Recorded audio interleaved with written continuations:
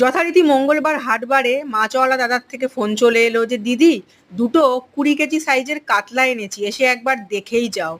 আমি বললাম না ভাই, ঘরে তো মাছ আছে, আর কিনবো না আজকে, তাই আর যাবো না বৃষ্টির মধ্যে। কিন্তু সে তখন আমাকে আর পটাতে না পেরে আমার বরকে ফোন করে বলল, দাদা দেখে যাও কি মাছ তুলেছি। কারণ সে জানে আমার বরের উইকনেসটা, মোটা পেটি দেখলে আমার বর কিনেই ছাড়বে। তাই আমি ভাবলাম বলছে যখন এত করে চলেই যাই। আমি জানতাম যে কিছু একটা ঘরে নিয়েই ফিরবে, খালি হাতে তো ফিরবে না। ঘরে মাছ থাকা সত্ত্বেও আবার মাছ কিনবে, এসব জেনে শুনেই আমি গেলাম। তবে গিয়ে তো মাথাটা আমারও ঘুরে গেল।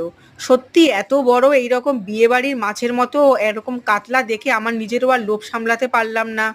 বড় বড় পেটিগুলো দেখে আমি বললাম, দাও ভাই, আমাকেও একটু দিয়ে দাও। সে যথারীতি আমাকে দিয়ে দিল।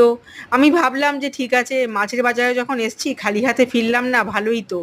তার সাথে এরম একটা বড় মৃগেল মাছেরও আমি দেখা পেয়ে গেছিলাম, প্রায় 20 কেজি ওজন তো হবেই। তবে মৃগেল মাছ যেহেতু আমি খাই না, তাই আমি সেটা কিনলাম না। যাই হোক, কাতলার পেটি দিয়েই বৃষ্টির দিনে জমিয়ে ডিনারটা হবে। এই দেখো মৃগেলটা কত বড়। তবে ডিনারটা কিন্তু সত্যি ভালো হয়েছিল।